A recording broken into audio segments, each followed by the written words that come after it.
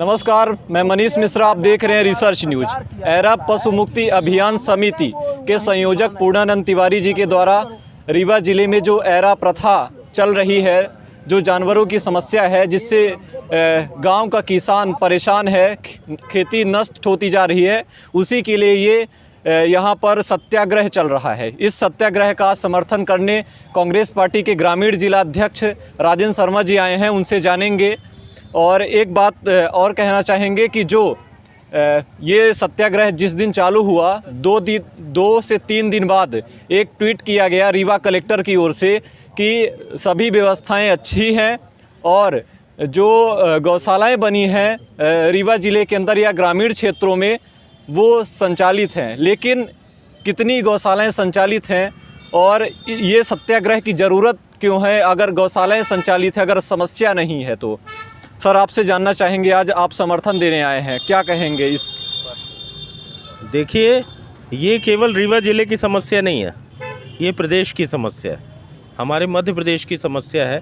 हमारा जो गौवंश है, हमारा जो किसान है, ये दोनों हमारी संस्कृति और हमारी अर्थव्यवस्था के प्रमुख बिंदु हैं। आज हमारे देश की संस्कृति, गौवंश भी खतरे में है और किसान भी खतरे में है, जो हमारे देश की अर्थव्यवस्था का एक धुरी है, जिसके इर्द गिर्द हमारे देश की पूरी अर्थव्यवस्था घूमती है।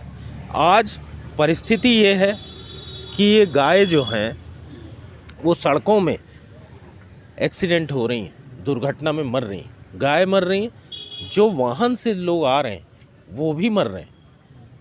किसान उन गाय को ताकने के लिए पूरी रात जगता है।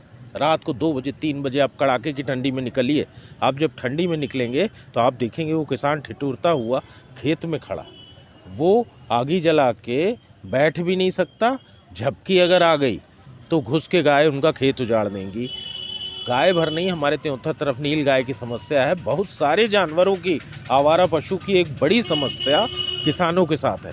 हमारे देश का किसान परेशानी में है, दिक्कत में है, गौवंश हमारा ख़त्म हो रहा है।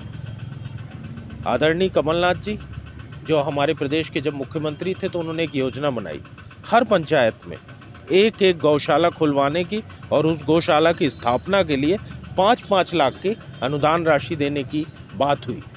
सब कुछ अच्छा हुआ, पर भारतीय जनता पार्टी के लोगों ने, जो किसान विरोधी लोग हैं, कमलनाथ जी ने किसानों की ऋण माफ़ी की। 11,500 करोड़ रुपए में उन्होंने 27 लाख किसानों का ऋण माफ़ किया। क्या ये उनका दोष था? पर उनकी सरकार को धन बल के बल पर गिरा दिया गया और उसके बाद किसानों की ऋण माफ़ी का अभियान ख़त्म कर दिया गया। उनकी जो गौशाला की योजना है वो ख़त्म कर दी गई। आज सारी गौशाला का पैसा, और वो क्या होता है आपका एक कारपोरेट सोशल रिस्पॉन्सिबिलिटी CSR का पैसा के नाम पे एक गौशाला खोल दी गई। कोई पुरवा में खोली जा रही है, एक यहाँ लक्ष्मण बाग में खोली गई। इन गौशाला की हालतें आप देख रहे हैं। इन गौशाला में गाय बिना खाए पिए मर जाती हैं। वहाँ एक JCB खड़ी रहती है, खोद के उनको वहाँ दफन कर देती है। जो गौशालाओं की स्थिति है, 1-2 गौशालाओं को छोड़कर अगर बात की जाए, प्रशासन भी उन्हीं को चिन्हित करके दिखाती है कि इन गौशालाओं की स्थिति बेहतर है। इससे आप अंदाज़ा लगाइए कि पूरे क्षेत्र की स्थिति बेहतर होगी, लेकिन स्थिति बेहतर नहीं है। कमलनाथ जी ने जो ये कदम उठाया था कि गौशालाएं गांव-गांव में बनाकर, जिससे स्थिति सुधरेगी, किसानों को भी राहत मिलेगी, लेकिन वो स्थिति में बदलाव नहीं आ रहा है। देखिए, बदलाव कैसे आएगा? मैं तो ये मानता हूँ कि प्रमाण बात से ज़्यादा ज़रूरी है। आप किसी भी हाईवे में चले जाओ, आपको रोड में अगर जानवर मरे या घूमते ना मिले या बैठते हुए ना मिले तो आप कह दो हमारी बात गलत है। अगर गौशाला होती तो किसान, तो ये जानवर कैसे घूमते रहते? ये हमारा किसान रात को 2 बजे 3 बजे क्यों जगता? कड़ाके की ठंडी में वो क्यों खेत में घूमता मिलता? आपको सड़कों पे घूमता मिलता, गाय हाँकते हुए घूमता, क्यों घूमता? देखिए, गौशालाएं काम ही नहीं कर रही। ये 2-3 जो गौशाला इन्होंने दिखावी खोली है, ये इनकी केवल दिखावा है। भारतीय जनता पार्टी का जैसे कहा जाता है ना जुमला, वो केवल बात करते हैं उस चीज़ की, डमरू बजाते हैं, तमाशा दिखाते हैं उस चीज़ का। अगर वो गौशाला आप देखिए, ज़िले में एक गौशाला बना देने से क्या पूरे ज़िले के गाँव की समस्या ख़त्म हो जाएगी? आपको तो हर गांव में गौशाला खोलनी चाहिए, पर कितनी गौशालाएं खुली हैं, कितनी गौशालाओं का अस्तित्व है? आप लक्ष्मण बाग की गौशाला की हालत देख लीजिए। 2016 में जो रीवा में भयानक बाढ़ आई थी, उस बाढ़ में वहाँ बंधी बंधाई सैकड़ों गाय खत्म हो गई। खोल नहीं सके वो, क्या अपनी गाय खोल नहीं सके। बाढ़, अरे बाढ़ आ रही थी तो बाढ़ ऐसी थोड़ी आ रही थी कि आप गौ माता को खोल नहीं सकते थे। बंधे बंधे सैकड़ों गाय खत्म हो गई। प्रमुख रूप से इसमें जिम्मेदार किसे मानते हैं आप? भारतीय जनता पार्टी की सरकार, भारतीय जनता पार्टी के मंत्री, भारतीय जनता पार्टी के विधायक जो नेतृत्व कर रहे हैं, जो सरकार को अपने इशारे पे चला रहे हैं, वो लोग इसके लिए जिम्मेदार हैं। हमारे साथ पूर्णानंद तिवारी जी भी हैं जो इस पूरे सत्याग्रह के संयोजक हैं। क्या कहना चाहेंगे आप? बहुत बहुत आभार। आज कांग्रेस पार्टी के अध्यक्ष महोदय, उनके संगठन मंत्री और उनकी टीम के साथ आकर के इस सत्याग्रह को जो बल दिया है, उनका बहुत बहुत धन्यवाद है। और हमारे बीच बृहस्पति सिंह जी हमारे मार्गदर्शक हैं, उनसे मैं चाहूँगा कि वो भी अपनी बात एक संक्षिप्त में रखेंगे। जी, आप क्या कहना चाहेंगे वर्तमान की स्थिति जो निर्मित है गांव से लेकर शहर तक की? यद्यपि शर्मा जी ने सारी बातें बता दिया है, पर मेरा कहना ये है आप लोगों से भी कि आप सड़कों पर जाइए। कहीं क्या भैंस देखते हैं आप? नहीं देखते ना। बकरा हैरा देखते हैं? नहीं देखते। क्यों नहीं देखते? इस पर गहराई की जाने की ज़रूरत है। इसके लिए जिम्मेदार वर्तमान सरकार है। तो गाय कभी हमारे आय का साधन थी, वो गाय बलाय कैसे बन गई? इसके लिए जिम्मेदार कौन? हमारी सरकार जिम्मेदार है।